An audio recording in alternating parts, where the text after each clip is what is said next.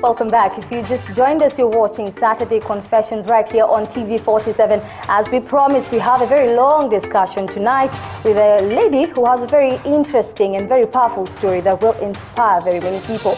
Now, based on 2012 statistics by the based on the 2012 statistics by the WHO, nearly 465,000 Kenyan women undergo abortions each year. Now, tonight we speak to a woman who has procured 4 abortions and undergone, of course, 2 miscarriages. Now, Martha Ann says despite despite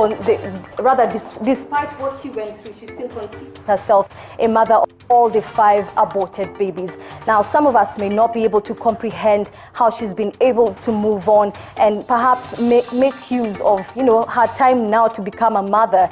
And tonight we get to talk to her and hear her story. Thank you so much, Martha, for coming. Great to see you. Very powerful story. Oh, thank you for having me. I want to talk about first. At the age of 16, you procure a first abortion. What's going through your mind? Not really. Nothing really is going through my mind but self-preservation. Like I say, I went out of the country to India at a very young age. Sometimes I think I say I was banished. And I went, when I was there, ladies were a scarce commodity, and all the attention, coming from a protected home, and you all of a sudden have money and all these guys after you and all that, and you get wowed. And those days, nobody talked to us about our sexuality and all that kind of thing. So we really believed when a person tells you they love you, they really love you, and it's still marriage. You see that kind of thing. So here is this, you end up in a relationship and don't even know what to do. And that time we believed that sex is equivalent to love. Yeah. The only way you can show a man you love him is to give yourself to him. I learned too late that was a wrong story. That's a wrong narrative, but that's how, actually I got pregnant the first time. I didn't know I was even pregnant, but I was sick. Because, the hygienic whatever, I ended up with an infestation of worms and I was very sick. But that time too, we used to just have a lot of partying, So you're saying you never even got to talk to your parents about your situation. You were pregnant without answers. About it was my boyfriend, actually. So actually I was sick.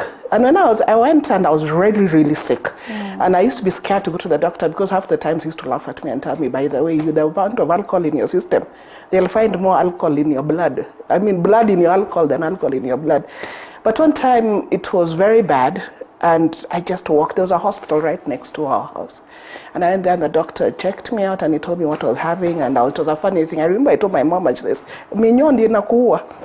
But as he's doing this, he discovers I'm pregnant and he tells me, and then I get shocked as well. And then he asks me, what do you want to do about it? And I've never known anything about an abortion. And he says, he talks to me that I can decide to get rid of the baby or not. And I go back to, excited. Because all my life I'd always wanted to be a mother. I've always wanted to be a mother. You reach a point where you decide, I'm not keeping the baby. I didn't decide, it was decided for me. By who? I went back, told the guy, he panicked big time, and he gave me all the promises that can never happen and everything. And when you're pregnant, you're in a crisis, you don't think straight. You don't think straight. So within 2 days, I was back in hospital and I told the guy, do it. And I remember I was put under, I woke up feeling very disoriented, and that was the end of it. But like we say, usually the first sin is the toughest, but after you've done it, it gets easier and easier the next time. And even as you mentioned, it gets easier. You have procured 4 abortions. Yes. How have you been able to deal with it? Do you ever deal with guilt? What happened is, what I know, by the time I was having, I had the 4th abortion. And I didn't know it went wrong, actually. And I think they were losing me because there was a panic in the operation theater. And mind you, in India, it's legal. You see, up to a certain extent. So I told the doctor that was I was going, and she had been my doctor. She knew me, and she used to lecture me like anything. And she used to tell me, Kenyan girls, you should know abortion is not a family planning method. You should find other ways of doing these things and all that. And then she'd tell me how many girls left their wombs there because of those, just the repeated thing. But I remember when it was happening, I got it to I couldn't breathe, and they told them to stop. So the lady went. Because that one, I knew I was pregnant. I told her how long, but they didn't go do Was it the third or the fourth? That's the fourth one. That's the fourth pregnancy. Yeah. No, the third, actually, the third. Yeah, so I go there, and I'm in thing, and they stop the operation, and they send me for an ultrasound, and they find out I have twins. But that was the most difficult thing I've ever gone through, because, you're in a labor ward, people are giving birth, and you're here. I know they are twins because we were so shocked. There's a friend of mine who was working with me, a roommate of ours, and he kept on asking me, why do you want to kill these babies? So, there's this conflict in me. I want the babies, but also I'm thinking, how am I going to go home?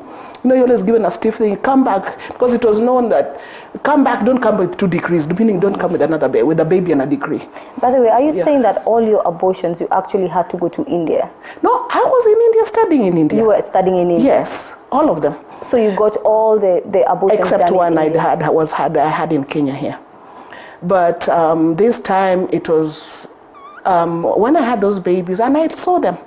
By the way, the twins, it was a boy or a girl. And I remember when it was happening, it was horrendous, honestly, it was horrendous. I've given birth, but that was, I don't know, it was something else. And even there was a very big crisis. I was in a crisis. And what I know that I just told God, I am so sorry, I'll never do this again. And I remember them telling me that one of, saying that, they were asking, what do you do the fetuses? And said, put them in that side room. And what about the placenta? Oh, we'll harvest for this. And that's how I knew actually they harvest blood components from the the placenta. But somewhere along, they all went and left me there in the room over there by myself. And with my thoughts and everything. And I went and I looked at these babies hugging each other, perfectly tiny but perfect babies. Oh, wow. And it was the most horrendous thing that has ever happened to me. But one thing, if you know, our minds sometimes protect us from things can make us crash. I would be very interested to know, yes, Martha, you have procured abortions. Yes. 1, 2, 3 times. Yes. On the 4th one, you have twins. Yes. And you're able to see them, and it's very difficult. So how did you even deal with the reality of the fact that you have taken a life? Actually, what happens is that happened, but after this guy was dogging on me. The first guy was dogging on me. The second guy, the father of the twins, was dogging on me, and I decided nobody can love me. I'm going to have a baby for myself. I always wanted to babies. I kept on getting pregnant because I didn't even know I can go to a doctor to check if I'm still fertile, you see.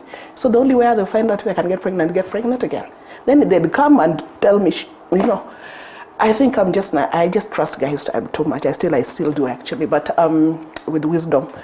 And what happens is I wanted to have a child. All through in between these abortions, because some of them didn't even last. It was month 6, 1 year, and I'd be pregnant again. And I went and I decided I was going to have a baby, and I kept quiet, and I didn't talk to anybody. The beauty of having a big boy is sometimes it is, by the time people are realizing I was pregnant, I was actually going to give birth, you see. So I had my baby in India. I had my daughter, a beautiful, beautiful girl. And I didn't want anybody to talk to me about it. Even when I was pregnant, I didn't tell anybody. My mom got to know about it. She wanted me to come back and have the baby, but I knew what took me to India, and I wanted to get that before I came back. Because I knew once I came to Kenya, they would not let me go back and all that. But like I was telling you, the mind protects you. I think my baby was a safe place where I went to and I remember the doctor used to tell me, this is not a doll. I used to just change. She was my safe place. And we came back to Kenya, and she was about 1.5 years old, and my mom took her from me, So at least there is the fact that you have kept at least 2 children from what you told me. Yes. You told me before, we were talking before we came on air. But I want to understand, Martha, you're saying you love children, yes, but seriously. You still get 4 abortions. Yes. You get to lose twins. Yes. So really, what was the situation in your heart at that time? It didn't affect me. I think your heart sort of sanitizes it from you. So what I know in between, some places where I used to hear the cries of babies, I would think, oh, my baby was this old. Do you know, right? Right now I'm healed, and I know how old they would be right now. My firstborn child would have been 38 years old, you see. And it's because I went through counseling later on at 50. But the thing is, what I say and why I talk about these things, because most people, even my family, my siblings, don't understand. There's something that people don't know. You might get rid of a problem, hide it, but your heart doesn't hide it. And one time it will come back to bite. Because I always say that 3 things that you'll never hide is the sun, the moon, and the truth. It will always come out. And I went to God at the end of the day. In fact, I came back to Kenya and had an abortion in Kenya here. But it's just expediency for work, because I went for an interview, and that one I justified for the fact that they did. I'm thinking probably the people in watching us right now, and they're asking, okay, fine, you found that you aborted the first and second child. Why couldn't you just use protection? What was the problem? Oh, let me tell you, in my time, these things are over 30 years old. Right now, you're being taught about protection and everything, which I really don't believe until today. The best way to not get pregnant is not have sex. Be pure. But I didn't know anything about it. And number 2, I was allergic to rubbers. I would get serious infections from rubbers. That's all we knew about, you understand? What I know, when I got pregnant, when I came back to Kenya here, and there was a job offer, actually I was being promoted, and here I am, I discovered my pregnant from the HR. I didn't even know, and that time we've done the full, But Martha, you've been pregnant more than once. Let me tell you. How is it that you do not know that you're pregnant? I don't know. I think it's the same motions, the same... Imagine, I don't get sick. No, I don't get, by the way, I don't get some morning sick. Nothing happens to me, by the way. I just grow fat and I have a baby. So when this happens, and I'm told again, you're told by about, let's say, 12 weeks there. I mean, 12 weeks there. But I think about it, and I struggle for some time with it. At this time I went and I was told, I went to a doctor, somebody was referring, when you're sitting girls, you'll always get information. Someone tells me, so you go and flash it. If you want to flash it, I'll tell you. And I went, and that's how I went through this. And I remember when the guy who did it was somebody who knew, my brother, and I was so embarrassed about it. But it was something I did, and I shut it up. Let me tell you, fast forward, I'm going about my life, doing my job, just getting beautiful commissions and all. But something just doesn't work out. I have a daughter. And then after this abortion in Kenya, I just wanted a baby again. And this time, I got my baby, and that's how I have my son. That's your son now? Yes. All right. Let's just take it back to understanding the underlying issues at the time when you were getting pregnant and going through abortion. Yeah. You have gone through sexual abuse when you were very young. What happened during that time? Okay, what I know is, the mind is very interesting. Things that can come back to you as dreams and they keep on recurring. What happens is I get born again, and there are things that disturb me, and I keep on asking in church, and I would tell them, the ladies will tell me this. And I remember my pastor told me, Martha, that God is a faithful God. Ask him, the Holy Spirit will reveal. I came to revealing when I heard the same person who abused me abused somebody else. And it just opened up. You understand? And one thing that when you're abused as a child, it robs your self-esteem. So when anybody tells you you're beautiful, you really believe them, and you really want to do everything for them. I still struggle with that till today. That one I can't lie to you. So what was happening? Who was the perpetrator? If you're willing to talk what about I can tell you is be very careful who you let into your houses as relatives. It was a relative. Both of the times it was a relative. When I was abused as a child, and this one I found out, in fact, when I was telling my pastor, he told me, go and ask your parents. I said, I don't think I can go and ask them this. I just felt that I couldn't. Because all I can remember, one thing I remember when I was in class 1, I would remember my father used to keep me very close to him, protect me. I'd be with him at work and everything and all that. And all along, I knew something happened because I was having pain between my legs and all that kind of thing. But I never asked. But funnily enough, about 2 years ago, bless my mom, she passed away last year, but about 2 years ago, She was talking about a child who was actually bleeding at 18, and I was asking her, I told her, be very careful. She plays with boys. You never know what happens, you know. So this relative, what would happen? Is this someone who could come to you? Do you know what? I was saying something about sexual violence. Let me tell you, I never knew why I kept quiet with it.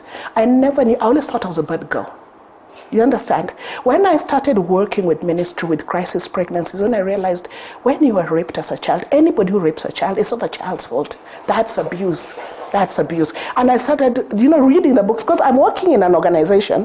I'm helping make jewelry. I'm doing crafts and vocational things. But I'm listening to what's happening. Now, when this is happening is when memories triggered back. You see, and I used to feel such a fraud. I'm here. I ended up being the coordinator of this organization. It's a crisis pregnancy rehab with girls who've gone through abortion and all. I would listen to them. And the interesting thing, there would be counselors and they'll tell them all sorts of stories. They'd come and sit with me, you're doing things. They'd open up to me. But I'm sitting down advising them, but you're saying, like a thief advising a thief, And that's how it started triggering back, and everything. My life it was never well with me. Okay. So that's how my boss knew about it, that I had abortion. She kept on telling me you should go for counseling. Sitting in a support group was so difficult because I'm saying they'll see me. I'll just hold you on right now, Martha. And when we get back, I really want to understand what exactly happened in childhood, a little bit more detail on perhaps what happened. But guys, everyone who's watching me right now, what I will tell you right now is you can engage us in this conversation tonight. You can write to us through our social media platforms. That's Instagram, Facebook, and Twitter. We go by the name TV47KE. Tell us what you think. If you have a question for Martha, who is also right now working with young people, you can shoot them through. We'll be sure to sample your comments as we proceed. So don't go too far. Saturday Confessions will be back shortly.